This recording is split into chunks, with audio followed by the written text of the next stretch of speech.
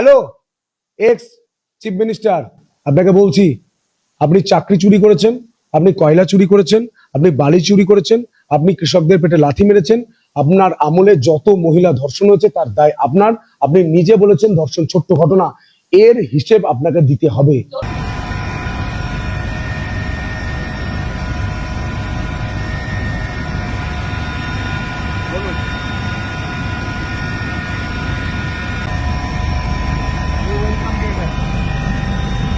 Welcome gate से मंदिर तक अच्छे से फूल देना।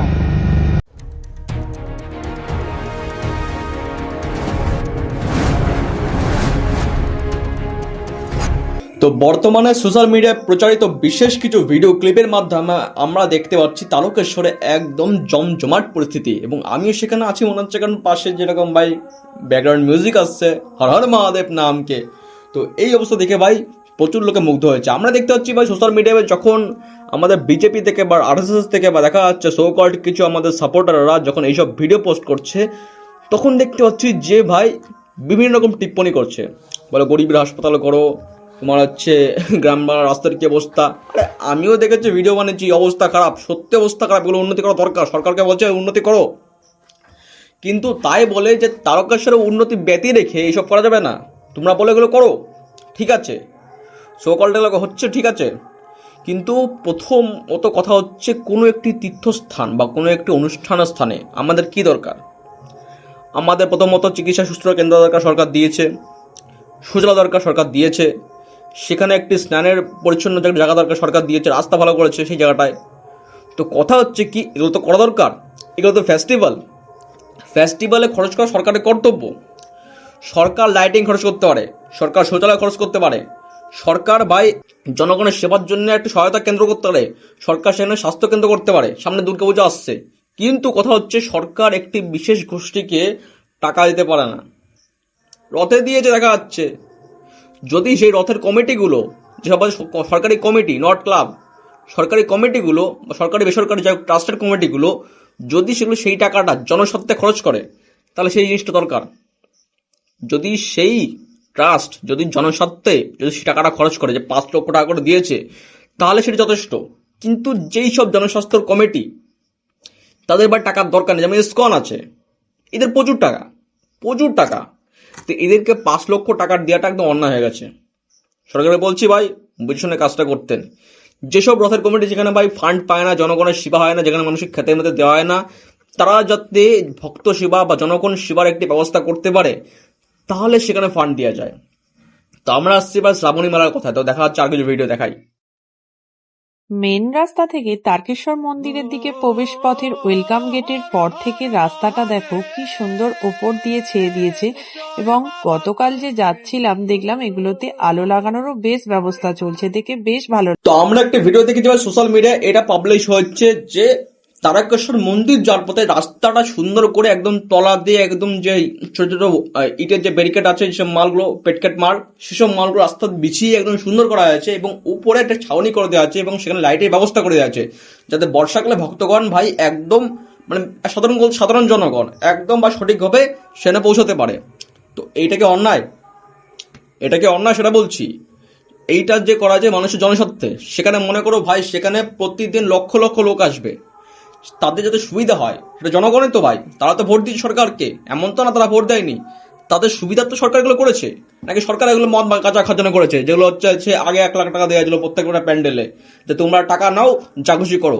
আরে আমাদের তরুণ শহর ক্লাবকে দিচ্ছিল, বিভিন্ন রকম ছোট ছোট ক্লাবকে দিচ্ছিল 1 লাখ টাকা করে, তারা করেছে কি, মদ গাঁজাকে উড়ে দিয়েছে। অষ্টমীর দিন কি বলবো, যে অষ্টমীর দিন তোমার হচ্ছে খিচুড়ি খাইয়ে দিয়েছে, যেখানে অন্যবার মানুষকে ফ্রাইড রাইস খাওয়াতো, আগে অনেক আগে মানুষকে ফ্রাইড রাইস একদম খাওয়াতো, টাকা পাওয়া সত্ত্বেও সেখানে তারা মদ গাঁজাকে উড়িয়ে দিয়েছে। তো সরকার কাকে টাকা দেবে? যে খরচ করবে সেই ব্যক্তিকে টাকা দেওয়া হবে, যে খরচ করবে না, নিজে মদ গাঁজা ভাং খেয়ে পড়ে থাকবে, তাদের জন্য টাকাটা খরচ করা হবে না, এটা মনে রাখবেন। তো কথা এখানে, আজকে সরকারের তারকেশ্বর উন্নতি করেছে ঠিক আছে, বা এখানে দরকার ছিল এটা, আমি বলবো 100 বার। আমি মাঝে মধ্যে বিজেপি সম্পর্কে খারাপ বলি, যেগুলো খারাপ করা হয়, যে এই কি করলো, কিন্তু এখানে কাজটা জনস্বার্থে করা হয়েছে। যুক্তিতে আসুন, কেউ কাউকে ফান্ডিং দেয় না, মানুষের মনে থেকে ফান্ডিং আসে, বলছে ফান্ডিং চলে আসছে। আজকে সোশ্যাল মিডিয়া দেখবো, সোশ্যাল মিডিয়া খুললেই দেখবো যে যন্তর মন্ত্রের বিপক্ষে কথা বলবে তাকে ফান্ডিং চলে এসছে। সে যতই ভাই বিজেপিকে খারাপ বলুক যে না সত্যি ও খারাপ করেছে, প্রধান যে আমাদের শিক্ষামন্ত্রী সে ইস্তফা দেয়নি, সে কথা বললেও সে খারাপ। তোমার ফান্ডিং আসছে, আর তোদের ফান্ডিং আসছে আরামজাদা কোথাকার। তারকেশ্বরের মানুষের চাহিদা ছিল, তাদের বক্তব্য ছিল যে এখান থেকে কোনো সরকারি বাস চলে না, আরামবাগ থেকে চলে, কিন্তু তাও সুবিধা আমরা পাই না। আমি তাদের কথা দিয়েছিলাম যে হাতের 5টা আঙুল, ইভিএম এ 5 নম্বরে পদ্মফুল নিয়ে আসুন, বাস চলবে। আজ 5টি বাস দিয়ে শুরু হয়েছে মহাদেব এক্সপ্রেস। মহাদেব এক্সপ্রেস কেন নাম দেওয়া হয়েছে? কারণ মানুষের এখানে উচ্ছ্বাস, মানুষের দাবি, যেখানে দেবাদিদেব মহাদেবের জায়গা, বাবা তারকনাথের জায়গা। মহাদেব এক্সপ্রেস 5টি রুটে চলবে। আপনারা দেখতে পাচ্ছেন বাঁকুড়া থেকে তারকেশ্বর, দীঘা থেকে তারকেশ্বর, তারকেশ্বর থেকে খড়গপুর, তারকেশ্বর থেকে বর্ধমান, তারকেশ্বর থেকে কলকাতা। এই 5টি রুটে বাস পরিষেবা শুরু হবে। 5টি বাস দিয়ে আজকে শুরু হলো এবং ফ্ল্যাগ অফ করা হলো পরিবহন দপ্তর থেকে আধিকারিক। এই তারকেশ্বর থেকে বাংলার যত শক্তিপীঠ রয়েছে এবং তারকেশ্বর থেকে যত বাংলার দর্শনীয় জায়গা রয়েছে, সেখান থেকে এসি কোচ চলবে। এর পাশাপাশি তারকেশ্বরের শ্রাবণী মেলাতে আপনারা জানেন প্রতি বছর যে বাস নামে রাস্তায়, তারও নাম এভাবে মহাদেব এক্সপ্রেস দেওয়া হয়েছে। সেই বাসও পরিষেবা শুরু হবে শুধুমাত্র শ্রাবণী মেলার জন্য।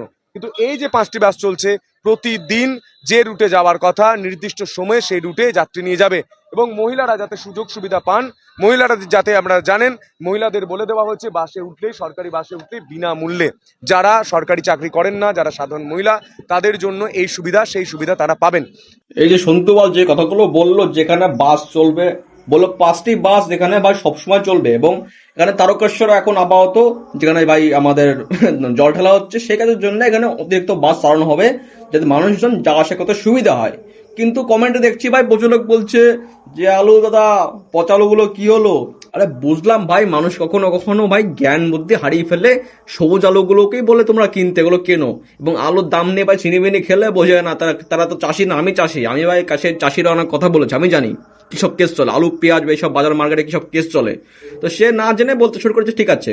কিন্তু বর্তমানে যে কথাগুলো বললো যে না আমরা কোনো বাস চালু করেছি, ঠিক আছে, এখানে 5টা বাস সর্বনিম্ন চলবে, এসি বাসগুলো চলবে, এবং সেখানে যেসব মহিলা সরকারি চাকরি করে না, যারা নর্মাল মহিলা, তারা এখানে ফ্রি ট্রাভেল করতে পারবে।